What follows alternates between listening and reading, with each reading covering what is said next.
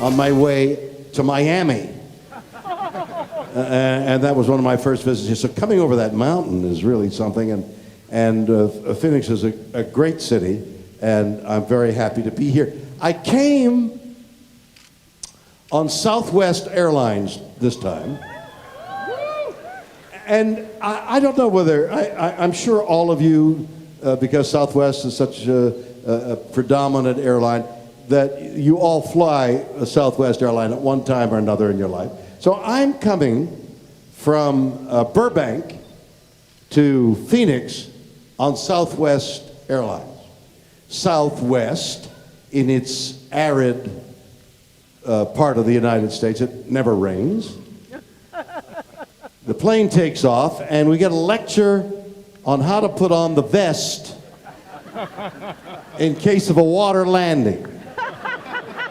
And I'm looking at the lady doing the lecture, and I'm wondering, what body of water are we going to pass over that requires me to inflate the vest and pull the thing and blow a whistle? And the only body of water that I can think of that we're flying over is in my bladder. Okay, so that was the first joke I thought. Then I thought I'd try this one. The only body of water that we could fly over was in the toilet of the airplane.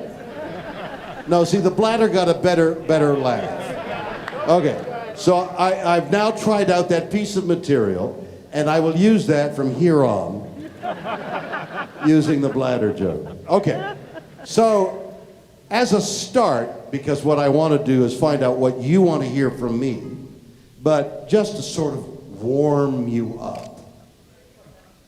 Let me tell you, I was in Germany last week, in Düsseldorf, Germany. And I know some of you have taken pictures this morning, and I believe I take some more this afternoon, and I signed them. So in Germany, we were doing the same thing, pictures. And I said to the photographer here today, don't count 1, 2, 3. Just say, ready, click, go. And he says, yeah. I said, ready, click. He said, yeah. So the first person came in, and this German photographer said, ready! Go! Click. No. Ready, click, go. Yeah. Ready, go, click.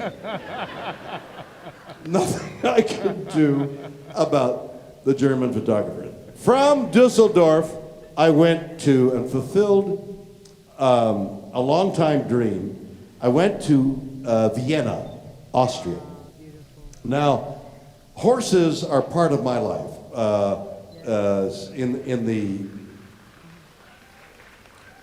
I wonder what you're applauding. Whether it's my love of horses, the fact that horses exist. Maybe the black rhino would have been better to get a hold of. So horses have a mystique for me that for a lot of people it's just a horse. But to me and my wife, a horse is more than just a horse. A horse, for example, in the charity I run, is hippotherapy. It's a beautiful therapeutic thing to do for someone young, and now our returning veterans are finding that the same ills that afflict children and that they're afflicted with, they get the same therapeutic effects. So riding a horse for many people is beyond just sitting on a horse. For me, since I've been riding a long time and in several disciplines, I've gone beyond the technique of sitting and getting the shoulder and the hip and the heel and the line, and I've progressed in the art of being an equestrian to being at one with the horse. and to feel the unity of riding, so that riding for me now is, in many instances, a spiritual experience. I get to talk to the horse. I say to the horse, let's go over here. And he says, no, I don't want to, come on, no, come on. And we go wherever he wants to go, actually. But it becomes something beyond just riding a horse. It's communicating with another animal. And the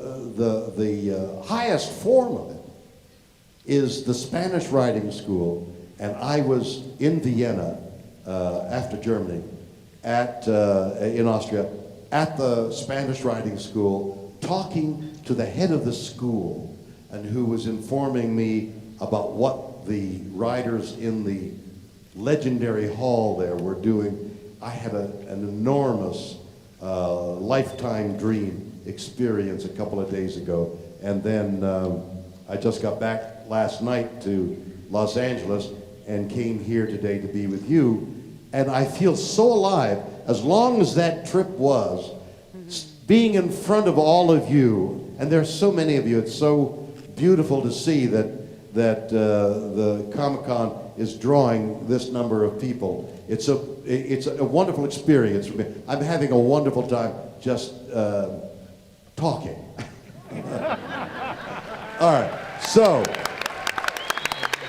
let me find out what it is you want me to talk about. So let me take a first question. How are we organizing that, guys? Hold on a second. There's a microphone there, and how are we working this? Is there do the organizers of the Comic-Con with 5,000 people in the audience have any organization about how the questions are? Okay, right there. I see. Okay. Let me go over here. Wouldn't it be wonderful? A wonderful moment when I fall off the stage. I mean, it's a once-in-a-lifetime thing because I'm going to die if I. But you were here. Yeah. All right, honey. What's your first question? Now, put your mouth right up to the mic. Breathe in all those germs, and speak loudly so we all can hear. It's on. Talk into it. Now, we can hear. Hi. Hey, Denny Crane. Right, that's a good opening. My question. Right into the microphone. My question was for you. It was about Boston Legal. Boston Legal, yeah. Mm-hmm. So you filmed a lot of them. What? So you filmed a lot of them. I filmed a lot of them, yes. Yes. So 79, I think. So. Or was that Star Trek? I forgot. What was your favorite? What? What was your favorite out of all of them? What was my favorite of all those episodes? The Mad Cow? Was it the Mad Cow? Okay. All right. What was my favorite episode? Yeah, that's actually one of the most common questions is what's my favorite episode of Star Trek. I haven't had what was my favorite episode of Boston Legal. Of Boston Legal. But I the one that yes, thank you for reminding me of that. It's true. You get to a certain age, you say, I'll answer that. What was the question? And that.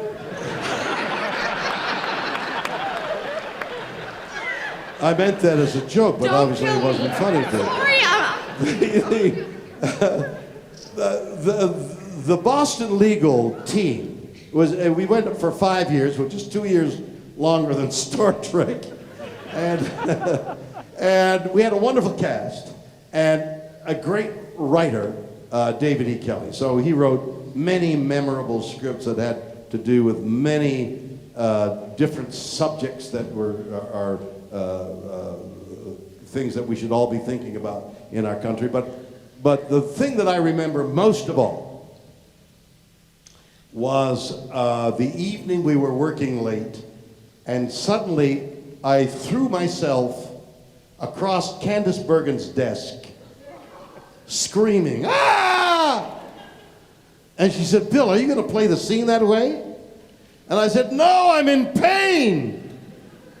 And René Aubergenois, I'd love to say his name, said, "You're passing a kidney stone."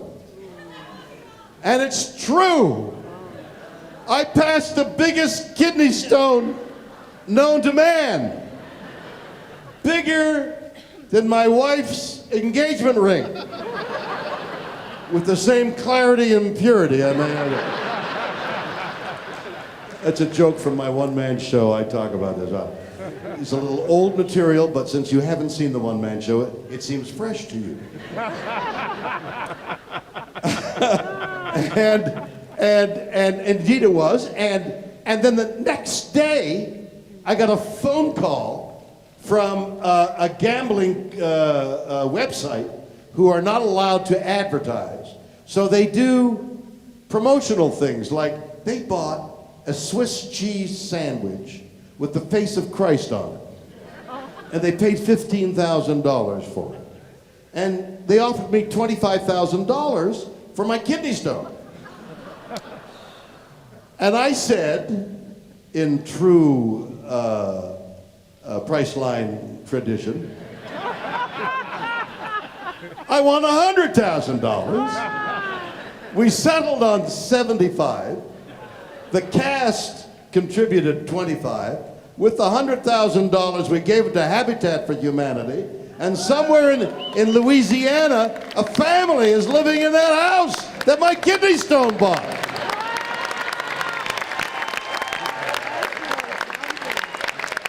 So, if you want to know my favorite episode, that's probably it. And what's your question? I really enjoyed your show, Raw Nerve. Raw Nerve. Yeah. That's an album. It wasn't a show, but thanks. Oh, I thought you had the television show where you interview the different celebrities. Was that called? Oh, wait a minute. You're right. It wasn't the album.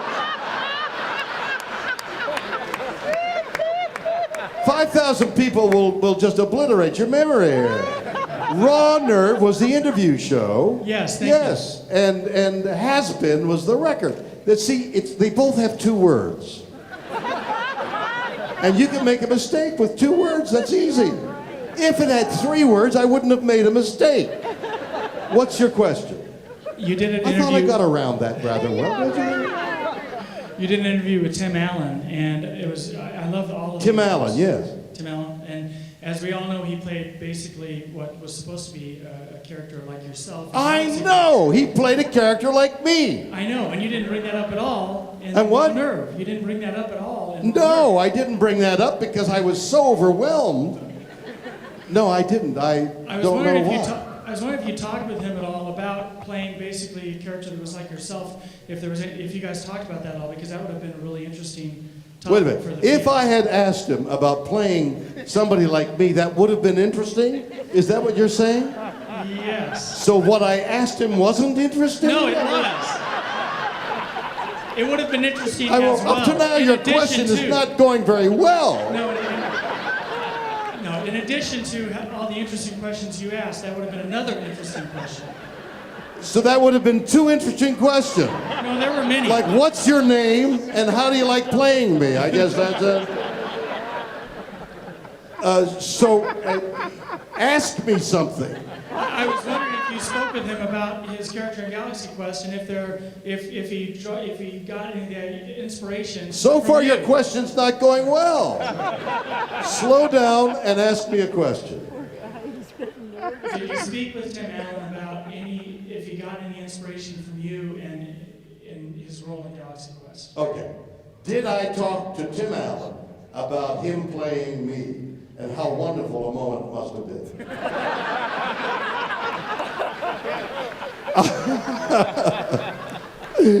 I didn't bring the subject up because actually I totally forgot. Not only that, he had a little tummy when he played me. He had a little pooch in his stomach. And I thought that was kind of mocking.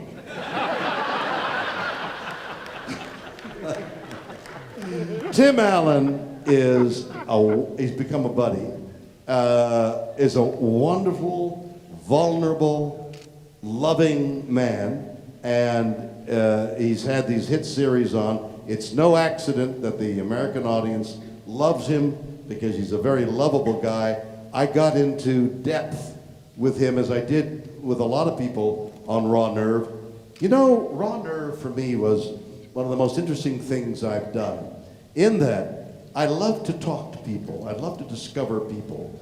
And in the discovery process, there's drama. So what we would do on Raw Nerve is we'd sit across, and I designed a chair, a kind of love seat, which brought us within about 18 inches of each other. There is the bubble around us all of privacy varies from culture to culture. In the Middle East, for example, they lean in and talk to you in your ear. I mean, they're spitting in your ear. You know, and in Asia, some of the cultures are very, because they're so densely packed, they're very close to each other. Here in America, it's about 18 inches. So these chairs were about 20 inches apart. Far enough so I wasn't intimidating them, invading their space, but close enough for me to see their eyes and their pupils and the non-verbal language that you have to pay attention to when you're talking to people, because people mostly talk in a non-verbal way. All animals do, and I'm an animal person. My dogs, my horses, and even my wife. No, she's not here. In a non-verbal way, we communicate so much. And when you're talking to somebody, and I can't see you because of the light, so much is revealed by the manner in which you're saying something, which is what actors should be doing. In saying hello, hello isn't just hello from anybody. Don't you, when you talk to somebody on the phone, listen to the nuance? How are they saying hello? Or when you see them for the first time and they say hello, you're reading, even subconsciously, but many times consciously, reading what the hello really means. Well, that's what people do, especially if you can get them past the self-consciousness of talking to you. Once they're past the idea, I wonder what he's after or why is he talking to me? In these interviews, I would be able to get past it because we were filming Raw Nerve, so I knew I could edit out, well, do you like baseball? And get them talking, and then get them talking about some element about themselves. I never worked from notes. I never worked from any conceived questions. Always what it was I was getting from them at that moment. For example, a lovely story that those of you who may not have seen the interview I did with Leonard Nimoy. I interviewed Leonard. Now, I've known Leonard a good part of my life, since the beginning of Star Trek. We've had a wonderful, wonderful relationship. We're like brothers.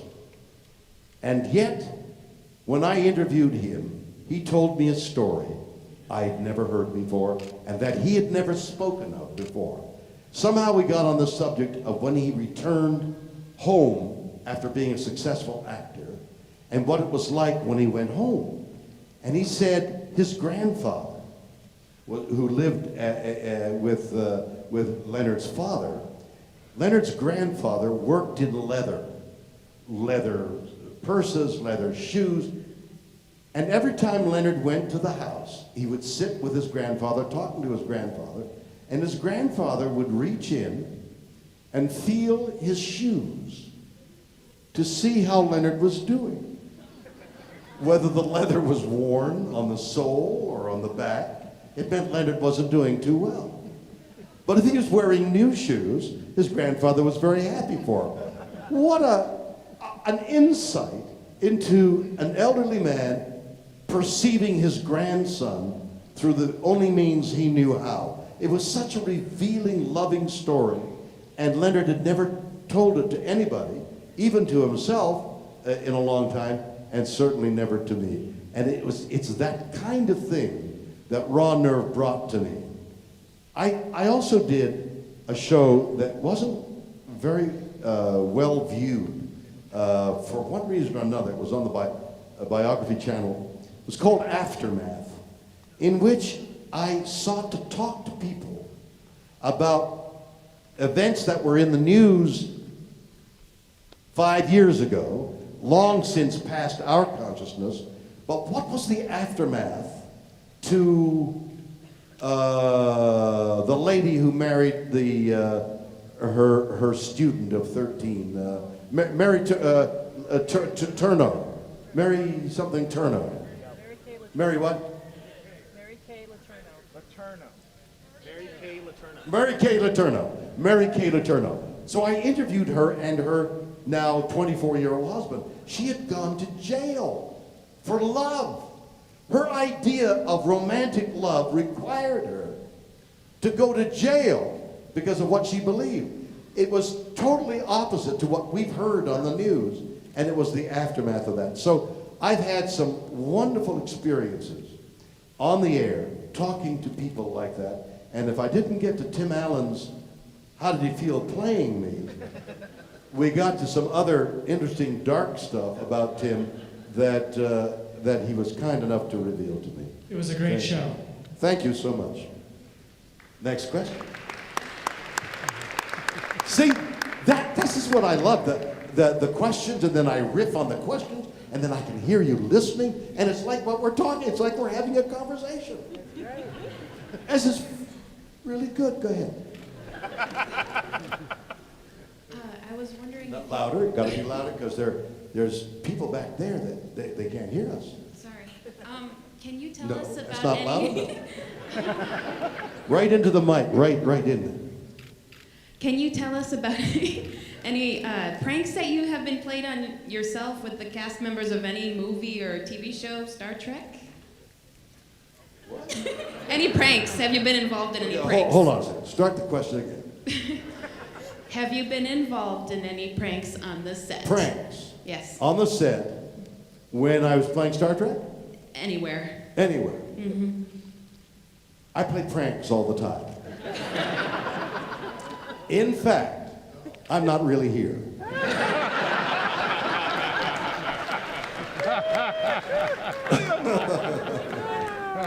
There's a story. I don't know how old, some of you probably have never seen me before. And what a surprise, isn't it? But there's a wonderful story I love to tell, and I'm going to tell it again, even though you may have heard of it. Leonard Nimoy and his bicycle. Yeah? Okay, that's good. 2 people, and so the rest of you that means 4,998 people have not heard the story. Right? So, when we were shooting Star Trek, doing the scenes and doing interacting with the other members of the cast was very important. Very important that an actor interact and be part of an acting company. That's why you're there. The next most important thing is lunch. Okay, so our stage at Paramount Studios was way over there. The commissary was way over there. You had a half an hour for lunch. It took 10 minutes to get from the studio to the commissary. 10 minutes back, that's 20 minutes. You had 10 minutes to eat lunch, which includes ordering lunch. That's not enough time. As important as it was to interact with the actors, not to get lunch could interfere with that interaction. So I tuned myself to the first assistant director, whose job it was to look at his watch and say lunch. The moment I heard, I was out the door. Now, you may not believe it because I'm the age I am, but I could run so fast. I was really I was in track and field. I mean, I'd walk along a track and try and get the feel for it. My bladder was the only body of water that we were going to fly at. So I was out the door on le. Before he could say ch, I was out the door. I was first in line at the commissary. I got my lunch in 10 minutes. I was back. Leonard, he's tall, he's ungainly, you know. He'd be last. So one day, the first assistant yells, "Le!" and I'm out the door. Leonard is on a bike. And he beats me to the commissary. He's on a bike. So the next day, I brought a chain and lock. And when I say a chain, I mean a chain. And you know those locks? They used to shoot the lock and everything would explode around the lock, but the lock would stay locked. That's the kind of lock I brought. And I chained the bike to the fire hydrant. And I locked it. And I'm out the door. Leonard gets on his bike, he can't go. He said, "Where's the key?" "I'm gone, I'm eating lunch." So the next day, he brought bolt cutters. And he chopped the chain, and he beat me to lunch. So the next day, because, you know, in a large studio, you get a lot of people, you don't know who they are. They could steal things. And I didn't want his bike stolen. So for safekeeping, I put it in my dressing room. And when they called "le," and I was out the door, and Leonard went to get his bike, he said, "Where's my bike?" I said, "It's in my dressing room." So he ran to my dressing room. Oh, I forgot to tell him. I locked the door. My Dobermans are in the... Oh, my God. Oh, jeez.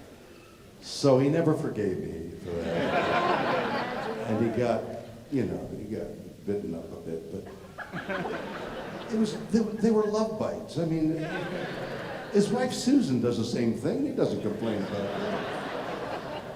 Yes, that's the kind of pranks I would. Okay.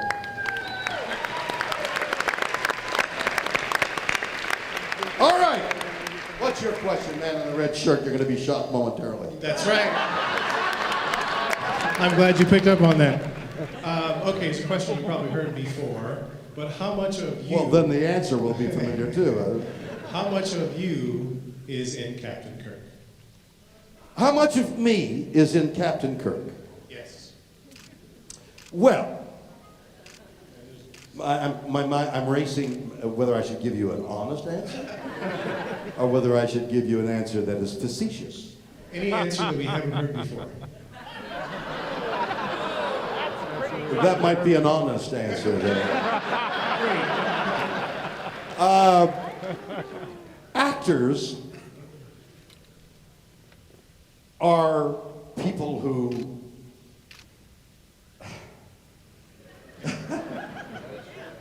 to explain an actor is very difficult because there's different kinds of... Let me explain from my point of view. I, surprise, am basically a shy person, okay? My basic personality is to be reticent, not to want to be in front of a crowd.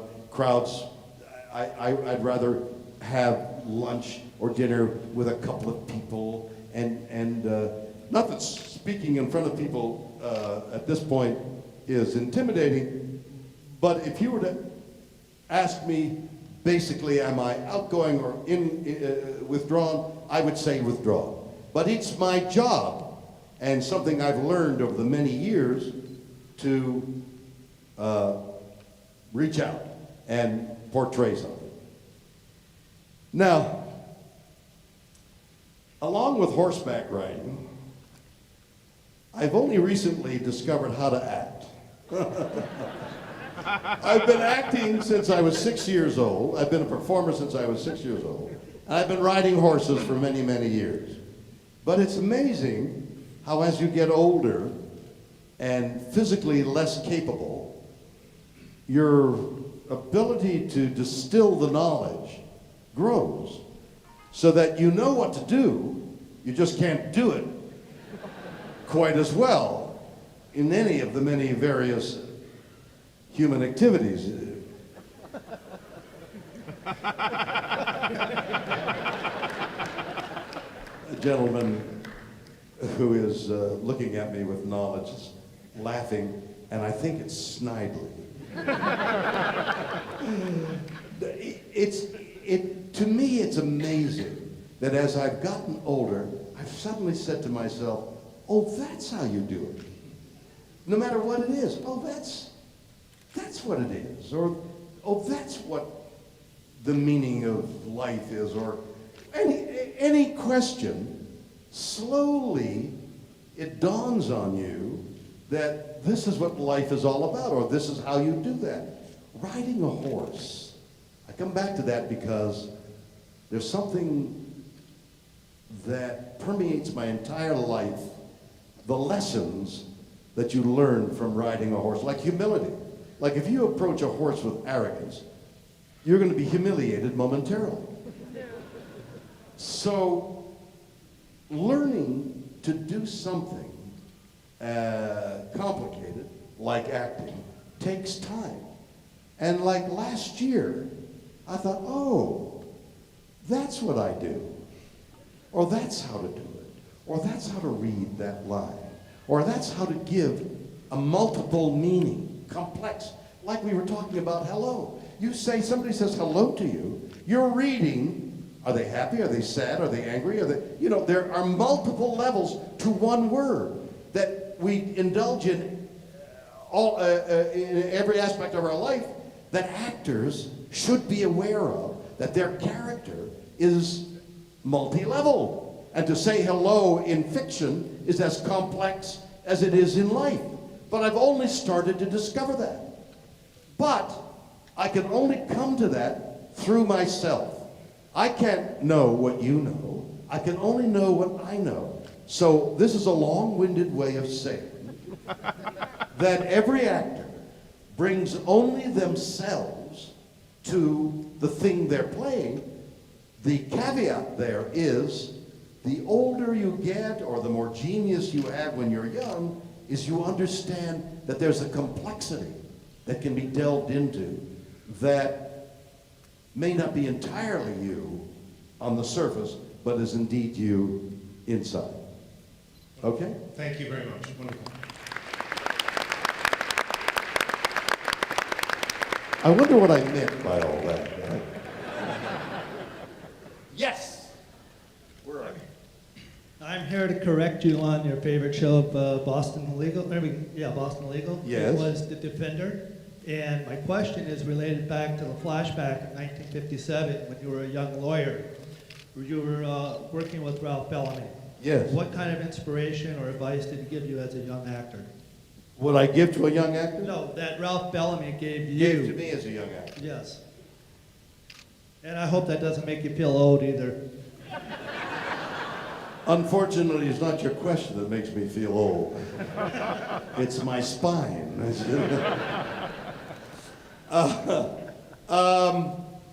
There was an interesting episode of Boston Legal in which the producers who had followed my career over the years remembered a specific live television event.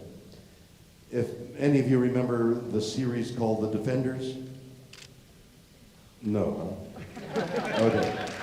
Well, that series, The Defenders, was based on a show that I did years ago with a great actor called E.G. Marshall. E.G. Marshall and I played in a Studio One, I think, called The Defenders, in which father and son defended Steve McQueen, by the way, in his first job. And it got really good attention and critics and stuff like that. It was a wonderful show, and E.G. Marshall Where did E.G. Marshall fit in with Ralph Bellamy? I don't know. Ralph Bellamy was- Okay, wait a minute. E.G. Marshall played, that's it, E.G. Marshall played the series. Ralph Bellamy played with me. Okay, so Ralph Bellamy and I, forgive me, but it's 60 years ago, and I'm remembering it, which in itself gets applause. I'm sorry. So 60 years ago. Is there anybody here who's 60? No. That's how long ago this was. Ralph Bellamy, who had been an actor in the silent movies. He was a leading man. He was gorgeous. He had long wavy hair and he was handsome. And it was before talkies, but he had been a stage actor. Then in the 30s, when sound came in, he began to talk, and like some actors, you know that story about the great movie idol of the silence. Does anybody remember?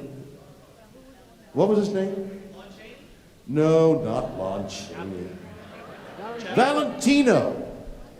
Valentino was the great lover in the silent movies. He rode off with some beautiful woman on an Arab horse holding her. He was the Arab sheik. He was the Sheik of Araby. Valentino.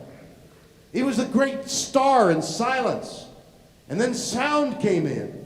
And they said to Valentino, you will be a great star in movies with the sound. So they made a movie with him. And this is what he did. Let's go up there. He said, no, Mr. Valentino, lower your voice. Okay. Let's go into the blue.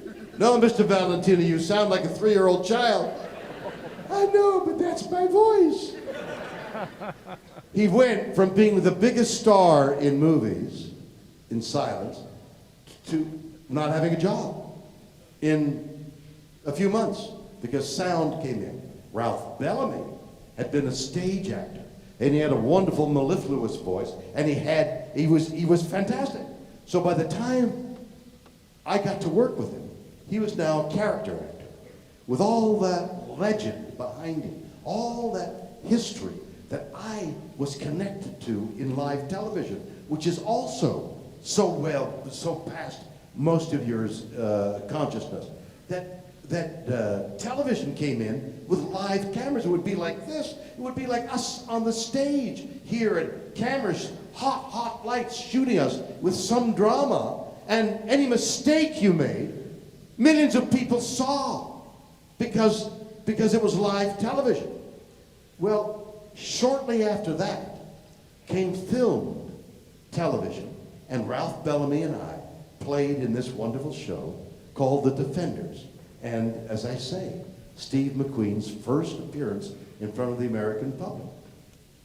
Well, years go by. I've done that show, and now I'm in Boston Legal.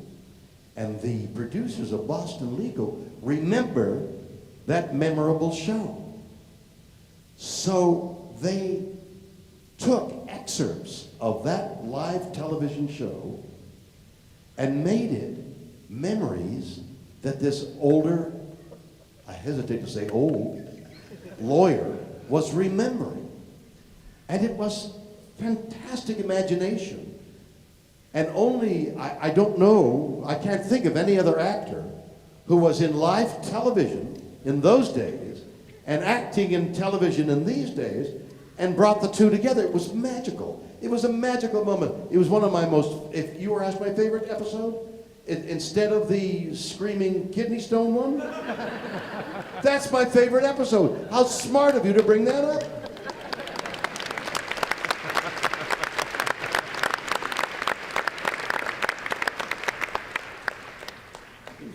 It's like walking a tightrope here. But I don't want to get behind that white table because it's like an operating table, like somebody should come up and I should take out their kidneys or something. Next question. If you could speak to yourself if I could speak to myself when you were 30 years or younger, when I was 30 years or younger, what story, advice, and or joke would you tell yourself? What story would I tell myself? Yes. Or joke? That's a wonderful question. God, I'm so glad you're asking me these wonderful questions instead of what's my favorite episode. All right, so I'm 30 years old. Where am I at 30? I'm 30 and I've come to Hollywood. I had been on live television. I had graduated from McGill University in Montreal. We're in Phoenix, so Montreal is like the other end of the world, but that's in Canada. And Canada is the country north of the United States, but south of Alaska, so it's in between. And I had been an actor since I was 6 years old, and I had done all the dramas and the radio shows and television shows and movies and musical theater at the university and all. And then I'd gone to Stratford, Ontario, and I trained as a Shakespearean actor, and I did Shakespeare, and I was doing well. I got some prizes and stuff like that, and then Stratford, Ontario, brought down to New York to Broadway a play by Christopher Marlowe called Tamburlaine, and I had a really good part in this play, Tamburlaine, and we opened on Broadway. The dream. I mean, I was acting in Canada until I was about that age, about 28, 29. And you dream of, everybody at a job says, I wonder what my next improvement is. Well, my job was acting, and the next higher up thing was to be successful in the United States. It never occurred to me. I never had thought it would be possible that I could get to Broadway and be part of the Broadway scene. Stratford, Ontario, Canada brings down this play, and I'm noticed. I get notices, and agents are attracted to me, and I get work on live television, as I described. And now I'm 30 years old, and I'm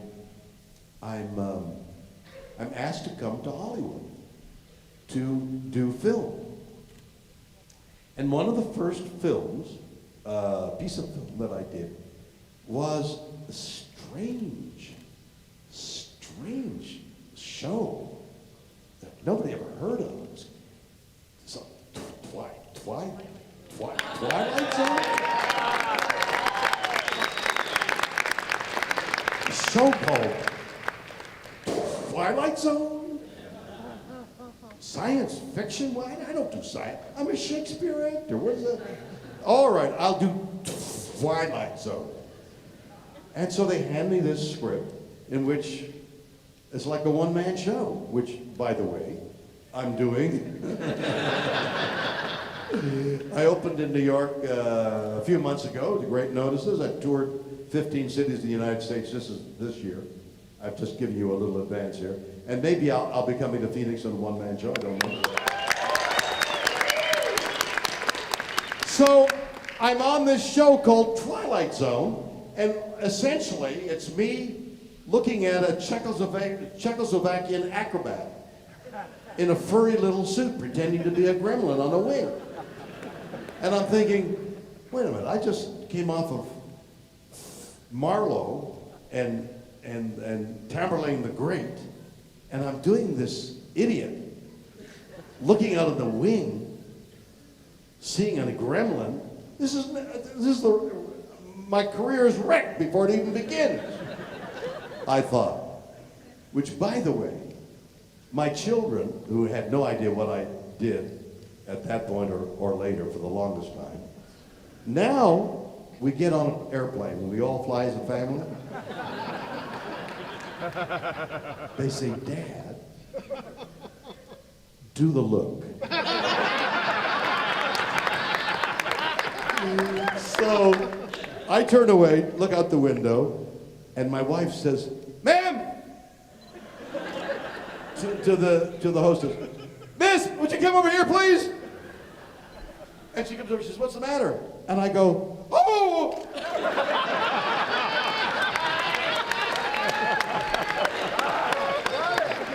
do that every so often. And we're asked to leave the airplane. So I had no idea what was happening. I just knew that as I did this Twilight Zone, it wasn't going too well with a Czechoslovakian acrobat in a fursuit on a wing. But it turns out that for the last 50 years, every time they have a Twilight Zone marathon, they play that show. So there's something universal. I mean, why would they take that show? And the other one I did where I asked questions of the machine. They play that all the time. And all I can think of is that there are universals, and it doesn't matter what the thing looks like.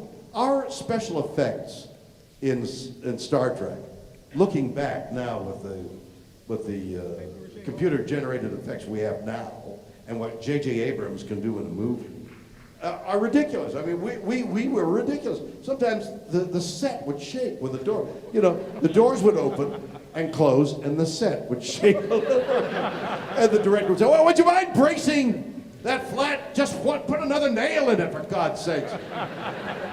You know, but it didn't matter in many of those shows, and some they did, but many of those shows, it didn't matter what it looked like. It was what was happening on camera. That's why we're here, not because of the sets or the special effects. We're here to celebrate our love of Star Trek because of the stories, because of the meaning, because of what involved. Let me tell you something else. Let me tell you something else. I have become involved in making documentaries, and I did a documentary called The Captains. I don't know what that is. Oh, that's great. Those of you who haven't applauded, either you didn't like it, or you haven't seen it. I urge you to see it. It's a terrific insight into the actors who played the captains. Now, I went from that one. You see how this answer to the Twilight Zone, to what I would say to myself at 30, is amplifying? Isn't it magical?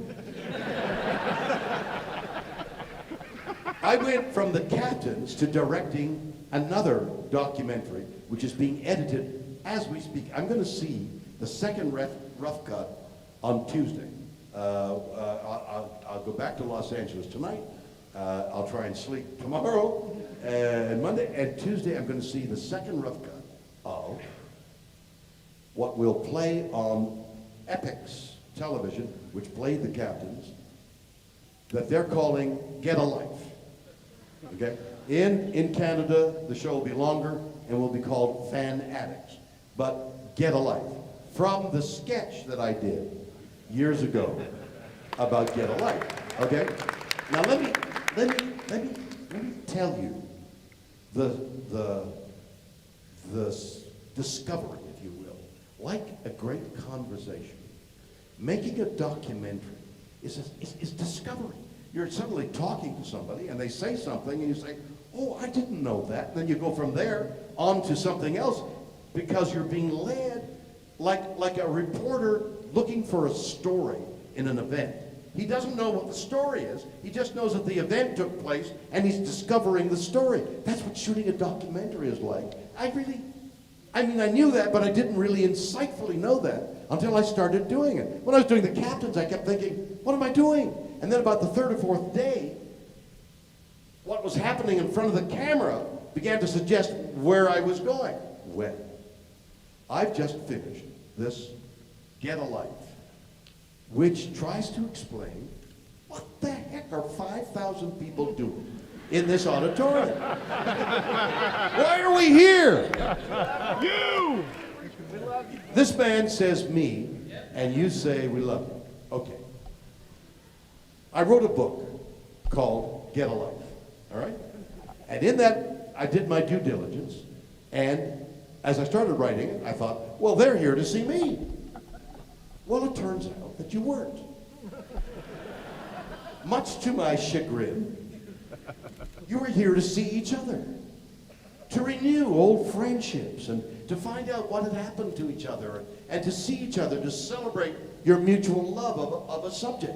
And I thought, okay, that's the discovery of my book. Then I began to do this documentary about why are people coming to conventions? And this discovery blows my mind. It turns out that we're all here because of mythology. We lack a mythology in today's culture. We don't know what to believe. We don't know how to explain our lives. We don't know what the meaning of. You talk about religion, and religion is to some people, many people, a mythology that gives you explanation. But to a number of other people, what the Greeks tried to do to explain their life, the Greeks would find a huge bone that we now know is a dinosaur bone. And they had no explanation for it. Hey, Xerxes, what the hell is this? And Xerxes would say, my God, it must be a giant. So they made up a whole story of giants behind the mountains, and the giants and the gods would play. And they had whole stories explaining their culture. We're here, even though a lot of you don't know it, to celebrate this mythology of Star Trek. And you're all participating in the ritual of the mythology. The cast, perhaps the captains, are the heroes of that mythology. And the wearing of the uniforms and the getting the signature and putting on the omelet that looked like a Klingon. And all that is participating in the ritual because it's what we love. It's our explanation of our lives for that moment. And the people who don't know this are the poorer for it.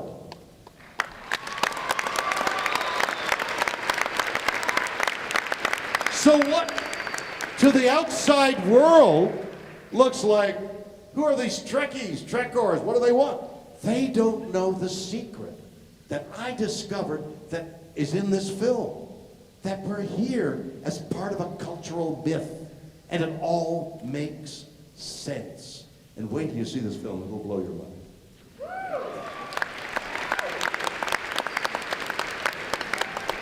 Next question, for God's sakes. I think you're on the other side. I think I'm on the other side. It would be over on this side, I believe. Okay.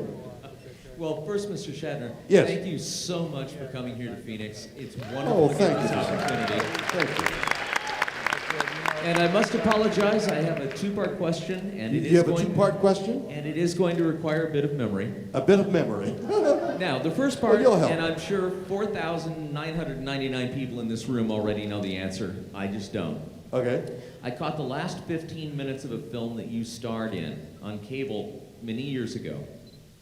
And you were playing a man on a playground late at night.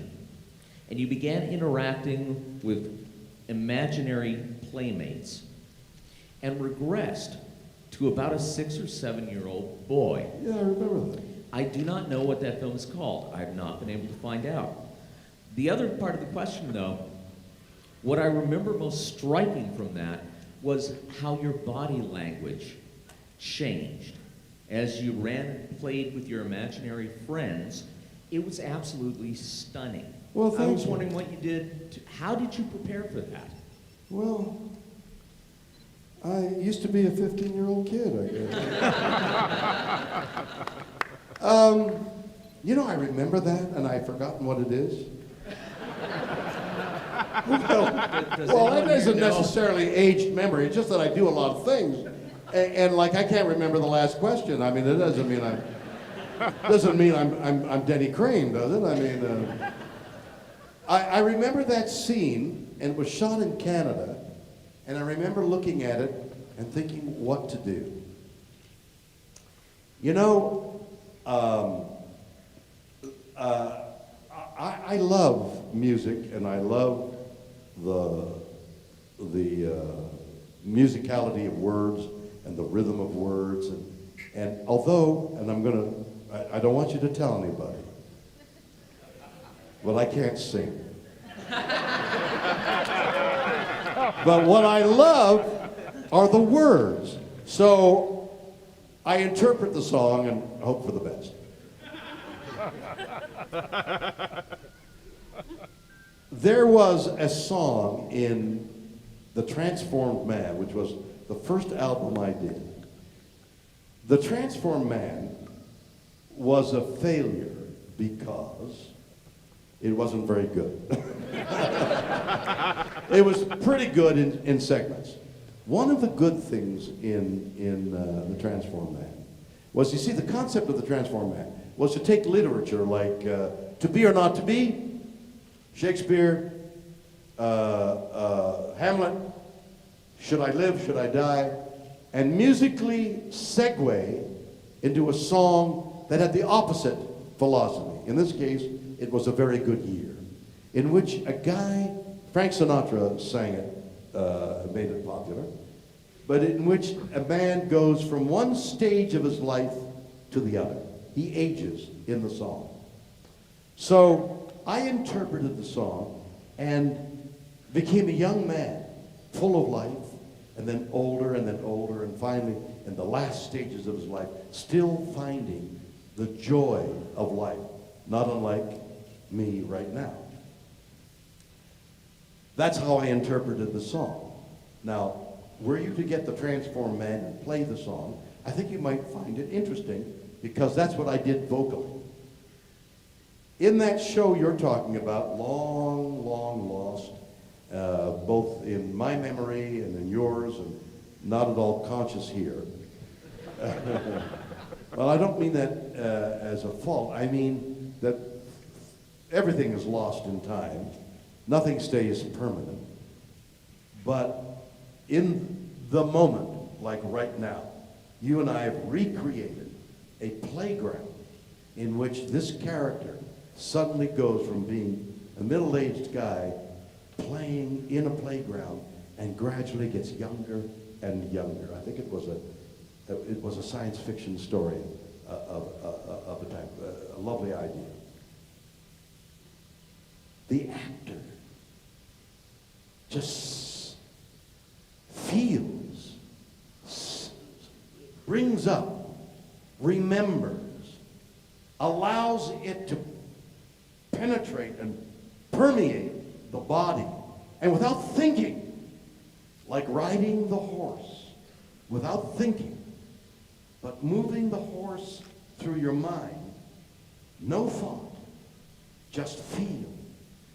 The actor feels the words, feels the feeling, and allows it to come out through whatever means it will come out.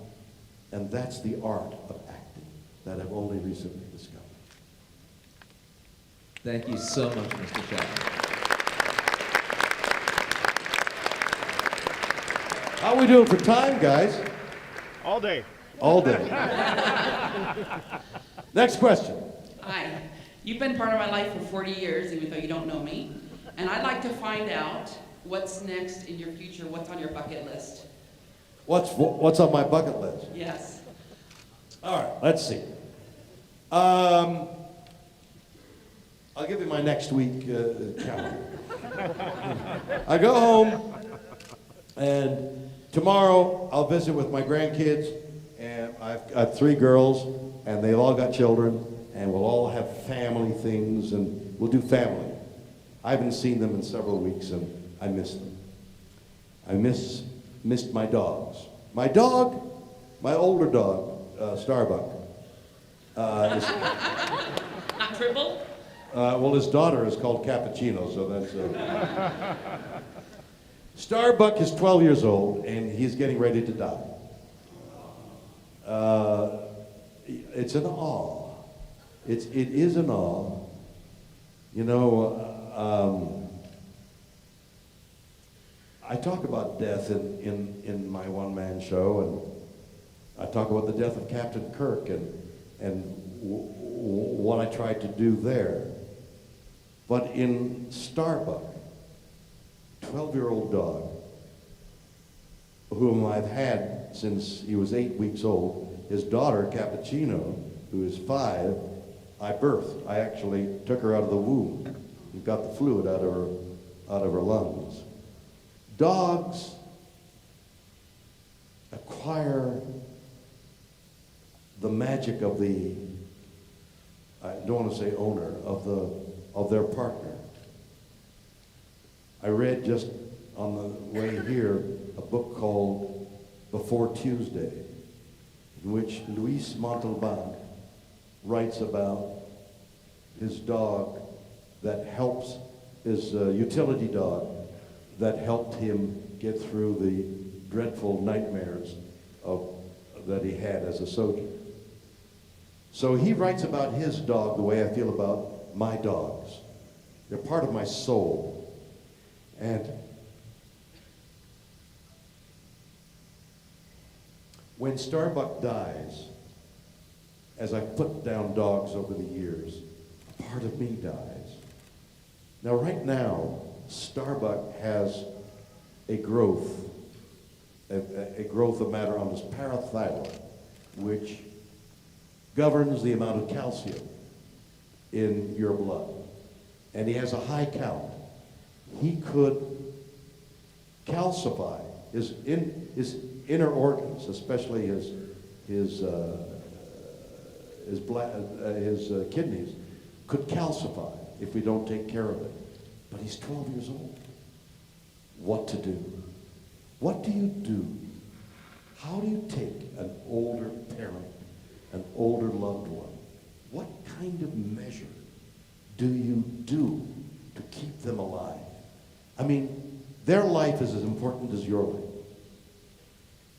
And the horrible decision we all have to make at some point in our lives is, what do we do with the elderly person whose quality of life is descending, whose death is inevitable in the very near future?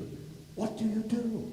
Do you spend the money that the youth and the living need to keep the beloved older person alive? Do you say, with all the autocracy of God, no more, let them die?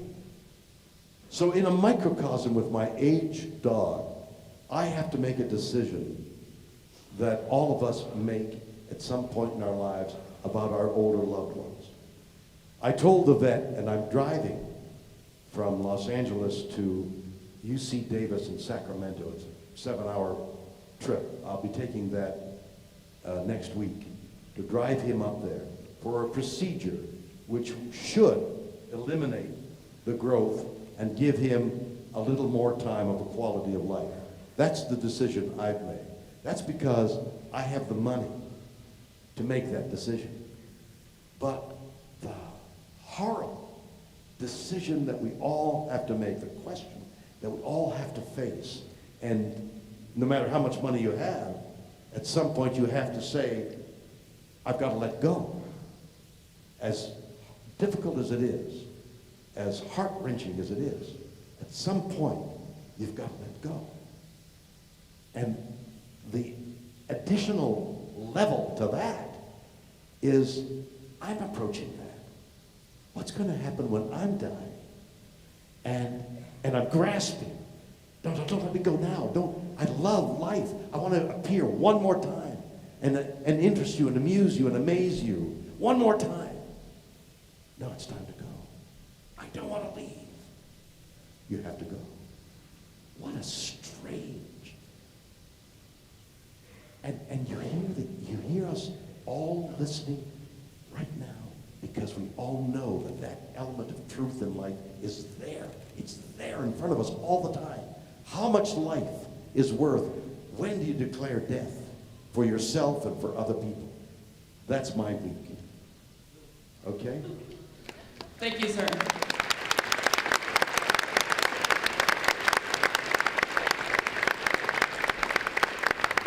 Next question.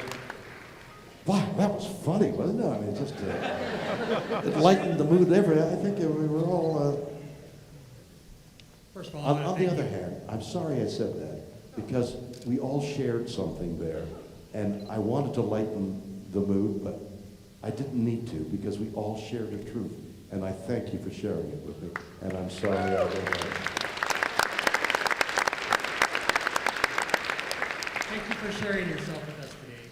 And I would like to ask you about the life of Right close to the mic. I would like to ask you about the life of Captain Kirk after Generations in your novel, The Return. About the novels I wrote about... Yes, The Return. Well, you know, that's an interesting thing I did. Somehow, because the yeah,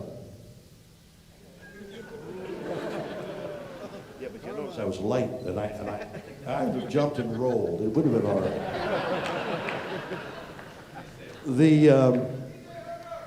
That's right.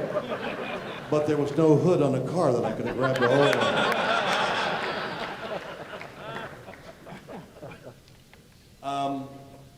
What were you saying? I was asking about your novels, The Okay. Return. So somehow the jealously guarded Aegis, no, I don't want Nexus. I want another one. The essence of Star Trek is jealously guarded. The franchise of Star Trek is jealously guarded by Paramount and the people whoever, at this point I think it's J.J. Abrams, who are responsible, holding on to, not letting Star Trek get out of hand. Everybody takes a shot at Star Trek. But somehow they let me go. And I said I had some novels. In fact, on the death of Captain Kirk, I played the death of Captain Kirk, and Rick Berman, who's the producer, was the producer of that movie, and I died, and everybody applauded, death of the captain. I walked up to Rick Berman, and I said, I have an idea how to bring him back. And I wrote a treatment, and they turned it down, but they allowed me to write the novel called The Return. So I wrote the novel, and it was well received and successful. So they allowed me to write another novel. So then I began to write stories about Captain Kirk that involved me. That involved me, Shatner. The journey that Shatner is going through, and some of which I'm talking to you about right now. How Shatner felt about death in my life. How Shatner felt about the aging process and the desperate grasp onto youth and not wanting to let one moment go by without living it to its fullest. I began a series of novels that are autobiographical. I didn't realize it fully until some time later. But when I came up with ideas of what stories to tell about Captain Kirk, they were the stories of me and my marriage and the death in my marriage and the love and the enmity and the stories of things that happened to either people I knew or people that happened to me or people I loved. It became autobiographical. Stories of what love is and what love can do. So they let me go. And I did, I've forgotten now how many novels, of Star Trek and Captain Kirk and my idea of what would have happened had they let the Kirk character live. This would have been my idea of where the stories went. Okay? And so if you read any of those novels, they're actually things that have either happened to me or I thought of. Next question. My father That's all right. I take is an airline pilot, and he's a big fan of yours. I was your father is an airline pilot, yes? Yes, I was wondering if you could say Captain Jerry on the bridge. Is your father here? No, he was unable to attend because of a wedding. Your father's getting married? No, my cousin. Your cousin's getting married? Yes. How will he know that I said Captain Jerry on the bridge? I'm recording it currently. You're recording it? Yes. Do you know that it's against the law to record this thing? I did not know that. You did not know. Because you're someone special. Thank you. And because I have absolute jurisdiction over here, I want you to record this. Okay. Is it on? Yes. I would have suspected it was. Captain Jerry. You're...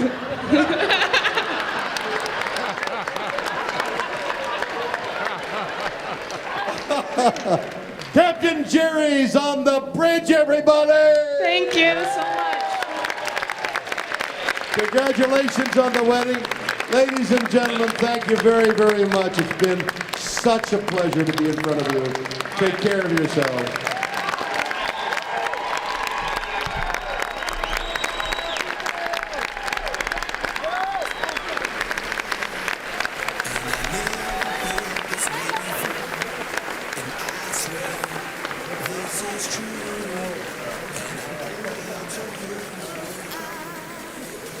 Had the time of my life, and I never felt this way before.